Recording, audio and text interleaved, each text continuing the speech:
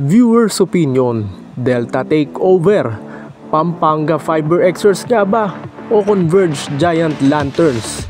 Plus, dalawang additional Abra Weavers player ang papasok sa Converge Fiber Xers sa PBA. Yan ang mga pag-uusapan natin ngayon, kaya huwag mo kalimutan na mag-comment at mag-suggest para malaman ang opinion mo.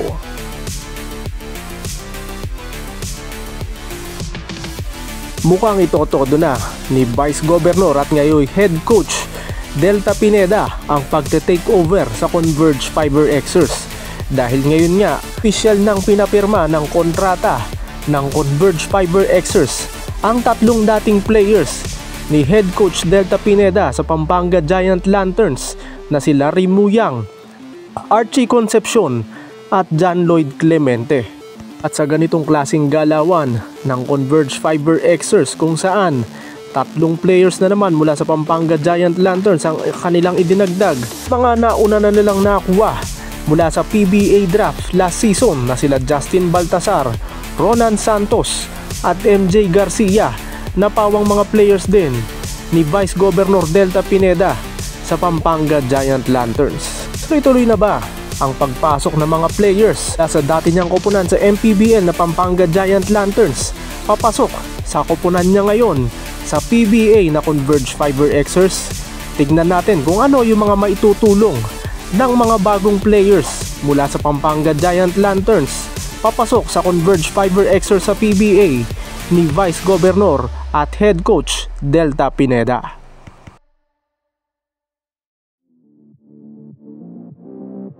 Ang pagkakadagdag ng Converge Fiber Xers kay Larry Muyang ay magdadagdag ng panibagong lakas sa frontline ng Converge Fiber Xers na meron ng Twin Tower na Justin Baltasar at Justin Arana, at meron pang mga reserves na Ronan Santos at Pau Habillonar. At dahil dito lalong lalalim ang kanilang frontline at center position, at dahil meron ng PBA experience itong si Larry Muyang mula sa Phoenix Fuel Masters, ay inaasahan na hindi na ito bago para sa nasabing sentro mula sa Pampanga. At inaasahan din na bukas sa laro nila kontra Terra Firma Jeep ay paglalaroin na agad ito ni Head Coach Delta Pineda para masubukan ang kakayahan nito sa lineup ng Converge Fiber Xers, lalo na nga ngayon na nagkaroon ng minor injury si Justin Arana nung nakaraan game nila kontra TNT Tropang 5G sa isang out of town game sa Vigan, Ilocos Sur. Kaya po pwedeng bawasan muna yung mga minuto ni Justin Arana para hindi naman ma-aggravate yung kanyang injury, at para pagpasok nila ng playoffs ay malakas at wala nang iinday na injury ang kanilang main man ngayon na si Justin Arana. Magiging sakto talaga yung pagpasok nitong si Larry Muyang, maging karelyebo ni Justin Baltasar, at kung sakasakali nga pati na rin nila Pau Habillonar at Ronan Santos sa center position ng Converge Fiber Xers.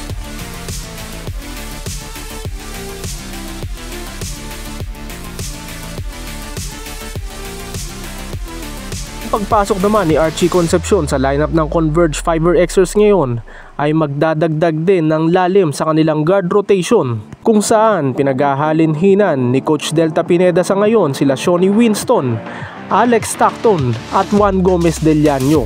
At dahil natural 2 guard itong si Archie Concepcion at paminsan-minsan po pwede rin gamitin na undersized small forward, ay magiging malaking tulong ito sa opensa ng Converge Fiber Xers, dahil itong si Archie Concepcion kung mabibigyan ng sapat na playing time ay mahusay talaga sa opensa. Po pwedeng sumalaksak na sinasabing kanyang specialty, at po pwede rin sa labas sa perimeter jump shots niya hanggang sa 3-point area. At dahil kilala na ito ni Coach Delta Pineda kung paano gagamitin itong si Archie Concepcion, ay siguradong hindi na rin ito mangangapa sa Converge Fiber Xers, dahil nakasama na rin ito sa kanilang mga preseason games bago magumpisa ang 50th season. Kaya asahan na may insert agad sa regular rotation ni Coach Delta Pineda itong si Archie Concepcion sa mga laban ng Converge Fiber Xers. At po pwede nga na bukas pa lamang kontra Terra Firma Jeep ay magamit na agad itong si Archie Concepcion ni Coach Delta Pineda.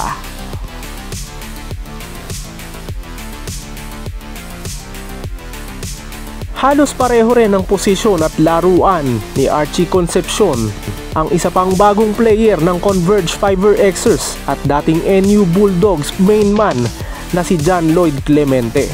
Si John Lloyd Clemente o kilala sa tinaguriang JLC ay halos pareho ng laruan ni Archie Concepcion na po pwedeng sumalaksak sa loob at po pwede ring tumira sa labas hanggang sa 3-point area. At kagaya rin ng dalawang players na nauna nating nabanggit, kasama rin itong si John Lloyd Clemente sa unang championship team ng Pampanga Giant Lanterns kung saan nakuha ni Coach Delta Pineda ang kanyang unang titulo sa MPBL. Sa pangalawang taon niya sa MPBL ay nag-transfer na ito sa Abra Weavers at nitong kanyang third season ay bumalik nga ito sa Pampanga Giant Lanterns nang mawala na ang mga main man doon na sila Justin Baltasar at Encho Serrano. Dahil alam na nga rin ni Coach Delta Pineda kung paano gamitin itong si JLC, ay sigurado na magagamit ito ni Coach Delta Pineda sa kanyang regular rotation. Dahil alam naman natin na noong UOAAP days pa nitong si John Lloyd Clemente ay talagang isang scoring machine ang dating main man na to mula sa NU Bulldogs. Dahil nakapasok na sa lineup ng Converge Fiber Xers sila Larry Muyang, John Lloyd Clemente at Archie Concepcion, ay marami nagtatanong kailan kaya ipapasok ni Vice Governor at Head Coach Delta Pineda ang isa pa niyang alaga mula sa Pampanga Giant Lanterns noon na ngayon ay nasa Abra Weavers na si Encho Serrano. Sinasabing ito na umano ang isusunod nila kapag natapos na ang ongoing campaign nito sa Abra Weavers. Pero dahil ex-PBA player din ito at ang kanyang PBA playing rights ay nasa Phoenix Fuel Masters, ay kinakailangan munang gumawa ng trade ang Converge Fiber Xers para makuha ang kanyang PBA playing rights mula sa Phoenix Fuel Masters. Kaya maaaring hindi muna ito mangyari sa ngayon dahil kinakailangan niyang pumasok ng Converge Fiber Xers sa isang trade para makuha ang PBA playing rights nitong si Encho Serrano mula sa Phoenix Fuel Masters, at hindi madali yung ganong bagay lalo na nga ngayon halos kumpleto na rin ang lineup ng Converge Fiber Xers. Marami nagsasabi na baka tapusin lamang nitong si Encho Serrano yung 50th season ng PBA, nasasakto rin na matatapos ang 8th season ng MPBL, kaya sa 51st season ay baka doon na umano i-insert ni Vice Governor Delta Pineda itong si Encho Serrano sa Converge Fiber Xers. Pero hindi natin alam, bilog ang bola, kaya abangan na lang natin ang mga pwedeng sumunod na mangyayari sa lineup ng Converge Fiber Xers ngayong 50th season ng PBA.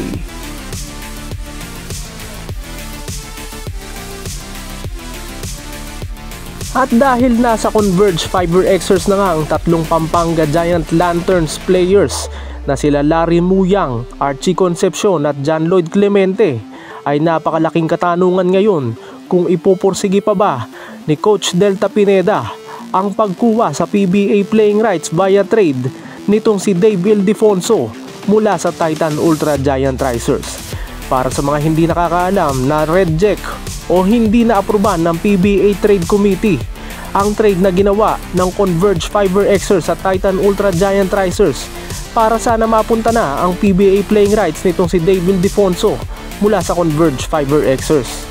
Ang kapalit kasi na sila Kobe Monhe at ang 52nd season first round pick sana ng Converge Fiber Xers sa PBA Rookie Draft ay tinanggihan ng PBA Trade Committee at sinabing hindi umano yun patas para sa Titan Ultra Giant Risers. Higit isang linggo na ang lumilipas pero walang revision ng trade na nangyayari sa dalawang koponan.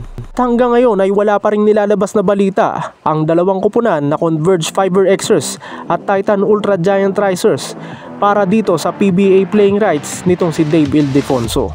Magiging malaking tulong sana itong si Dave Ildefonso sa koponan ng Converge Fiber Xers kahit na andyan na yung tatlong players mula sa Pampanga Giant Lanterns, dahil iba naman ang skills level nitong si Dave Ildefonso na alam naman natin na pang main man ng laruan at kayang-kayang makipagsabayan sa mga players ngayon na dekalibre sa PBA. Sa ngayon, kinakailangan munang tapusin itong si Dave Ildefonso ang kanyang ongoing campaign sa MPBL sa Abra Weavers kung saan title contender sila, at kapag natapos lamang niya yun ay saka lamang siya po pwedeng makipag-usap sa ibang koponan sa PBA.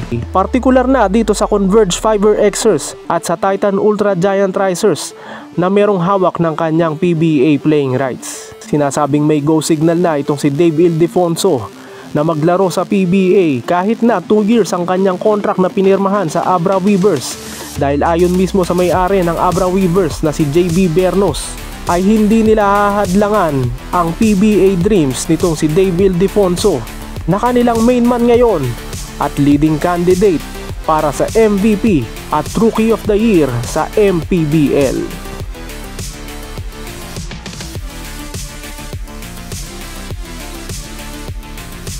Anong opinion mo dito sa pag-takeover ni Vice Governor Delta Pineda sa Converge Fiber Xers bilang head coach, kung saan unti-unti na nga niya na dinadala yung mga dati niyang players mula sa Pampanga Giant Lantern sa MPBL na nagbigay sa kanya ng back-to-back championships sa nasabing liga? Malaki ba ang maitutulong ng mga players na hinugot niya mula sa Pampanga Giant Lanterns papunta sa Converge Fiber Xers? Kung sakali, pati ba si Enzo Serrano ay mabibitbit din niya sa Converge Fiber Xers ngayong season o kaya sa 51st season ng PBA?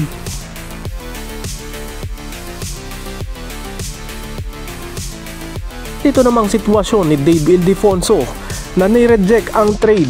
Sana'y magdadala sa kanya papunta sa Converge Fiber Xers, ay ipupursigi pa rin kaya ng Converge Fiber Xers na gumawa ng isang revised trade para tuluyan ang makuha itong si Dave Ildefonso at lalo pang palakasin ang kanilang lineup ngayong All Filipino Cup? Kung sakasakali, sino na naman kaya ang pwedeng idagdag na isang player ng Converge Fiber Xers na hinihingi ng PBA Trade Committee para maging patas umano ang trade proposal ng Converge Fiber Xers sa Titan Ultra Giant Risers para dito kay Dave Ildefonso? Lahat ng mga yan, huwag mong kalimutan na mag-comment at mag-suggest para malaman ang opinion mo.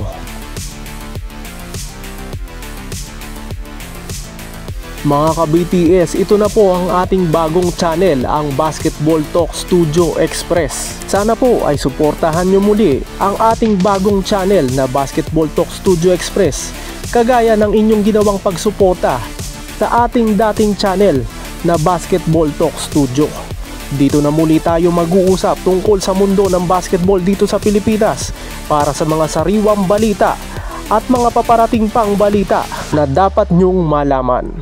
Paki-like po sana ang ating video, mag-comment kung meron kang gustong sabihin. Paki-share na rin po para mas marami pang makapanood ng balitang ito.